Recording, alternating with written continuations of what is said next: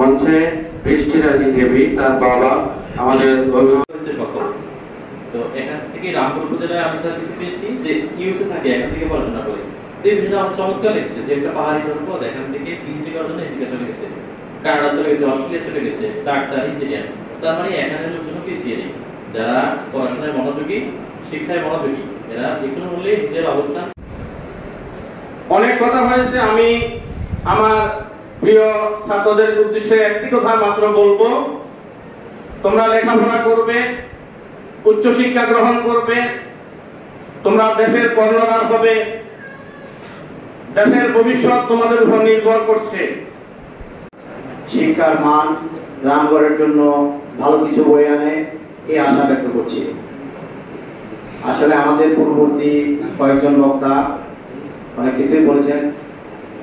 আমরা আমাদের এই যে রামগড় আইডিয়াল হাই স্কুল, আমরা 2018 সালে আমার শ্রদ্ধেয় স্যার, বর্তমানে রামগড় সরকারি উচ্চ বিদ্যালয়ের ভারপ্রাপ্ত প্রধান শিক্ষক মহোদয়, আমরা তখন রামগড় সরকারি উচ্চ বিদ্যালয়ের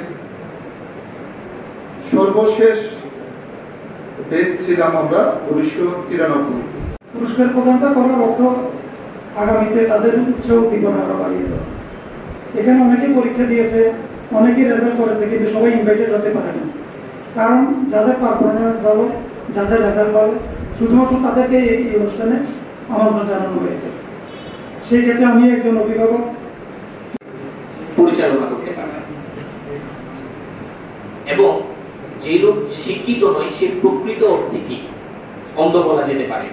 কারণ একটা কাগজ ওনাকে দেয়া হয়েছে, সে যদি পড়তে না পারে, সে যদি সেটার অর্থ না বুঝে, আমি অন্ধ না, এটা অনেকটা এরকম। এখন জাতিকে হাল ধরার জন্য সরকারের সময় চালু হয়, সেখান থেকে মাধ্যমিক স্কুল প্রতিষ্ঠা করে আসছেন এদেশের ধনাঢ্য শিক্ষাবিরোধী মানুষগণ, দানশীল মানুষগণ, তারা এই মাধ্যমিক বিদ্যালয়গুলো প্রতিষ্ঠা করে আসছেন এবং মাধ্যমিক বিদ্যালয় পরিচালনা শুধু পড়ালেখা দিলে হবে না, সাথে সাথে মানুষ গড়ে তুলতে হবে।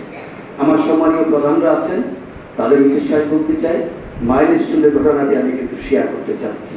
আমাদের শিক্ষিকা মাহারি, উনি 20টি শিক্ষকের জীবন, 20টি ছাত্রের জীবন বাঁচাতে গিয়ে নিজের সন্তানকে এতিম করে চলে গেছেন। এটা